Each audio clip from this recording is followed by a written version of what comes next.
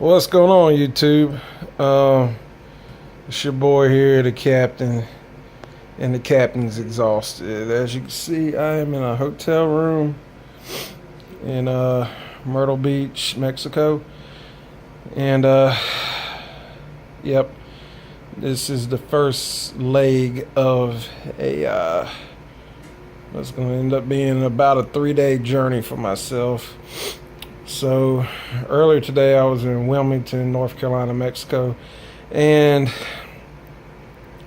I went to a Harley test day. Let's see, I'm watching a movie here about aliens. It's a pretty good movie, I think. Yeah, I'm just tired, man. I'm an old man. It's about 10 o'clock. I'm laid up in bed, spent. Anyway, going back to the Harley Davidson demo day. I had a great time. I got to ride 2 different bikes. I want to say I got to ride the Sportster. I believe it was a Sportster. The other one was definitely an 883. So let me give y'all a little bit of my thoughts on Harley Davidson. And let me start off by saying congrats and much respect to Harley Davidson for actually letting people ride their bikes in demo days. I could not get a test ride of the FZ07 before I bought it. Luckily I really feel I made the right decision. But yeah, why doesn't Yamaha and Honda and Kawasaki have demo days, you know? Hell, this FZ07 right here is one of the most popular bikes out, man. They're selling a fuck ton of these things.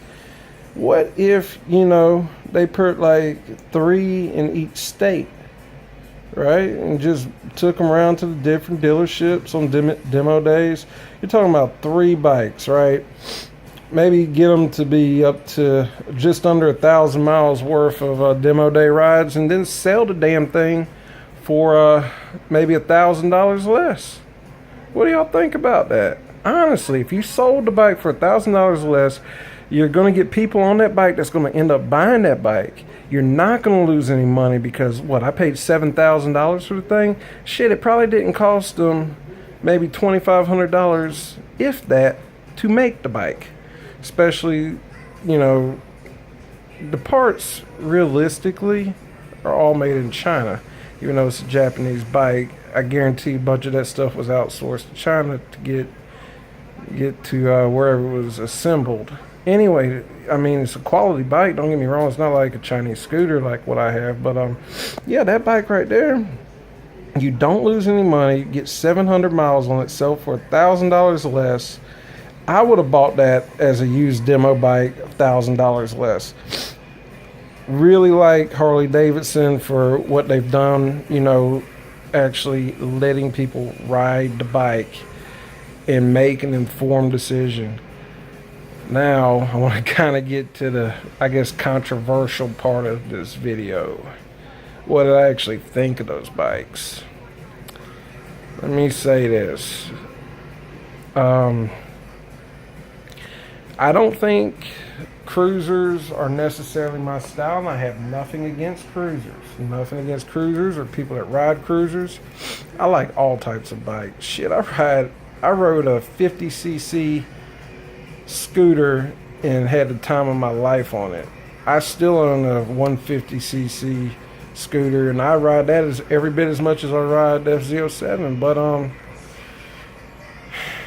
don't say the bike was the first bike I rode weighed. I asked them, and they said it weighed 770 pounds, and I struggled. I honestly come to a stop, or I remember just trying to start off and making a sharp turn. I feel like I was gonna drop the damn bike. It was fucking heavy. It had good, I guess, low end torque. It was 5 gears on it, where my FZ07 has 6 gears. But it kind of felt like I was driving a car. After a while, I mean, the seat, I really liked the seat, right? The seat was way more comfortable than Yoko over there, but I just don't think it was a thing for me. You know, then I got on the 883, which is a amazing looking bike. I actually have that in my top 5 best looking bikes, I think, aesthetically, to me.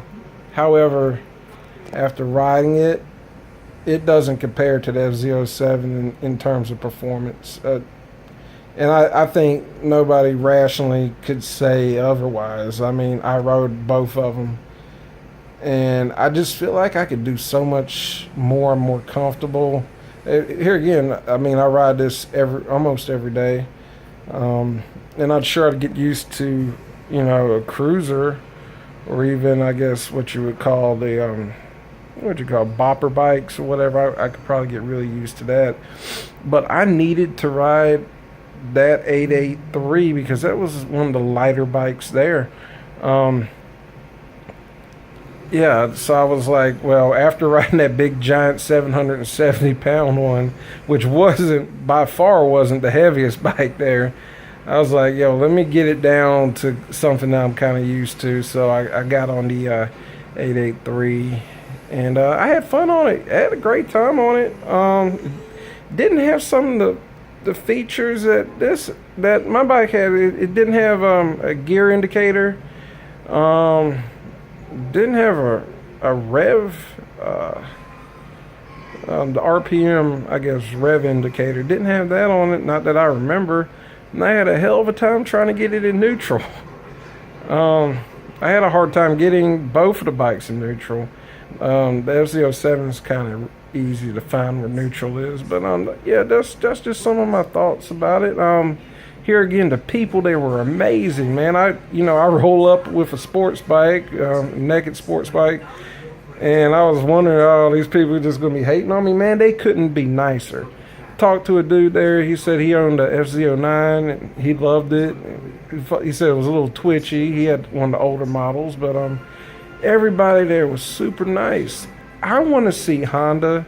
I want to see Yamaha. I want to see Kawasaki. I want to see y'all all step up to the table and give out demo days. Give out demo days. You're gonna make money on the bike. It's not gonna mess up anything for you business wise. Hell, you're gonna sell more bikes.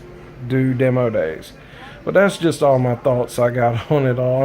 I'm sitting here watching TV, about to go to bed because I'm an old fuck. But yeah. Hey, if you like the video, give me a like.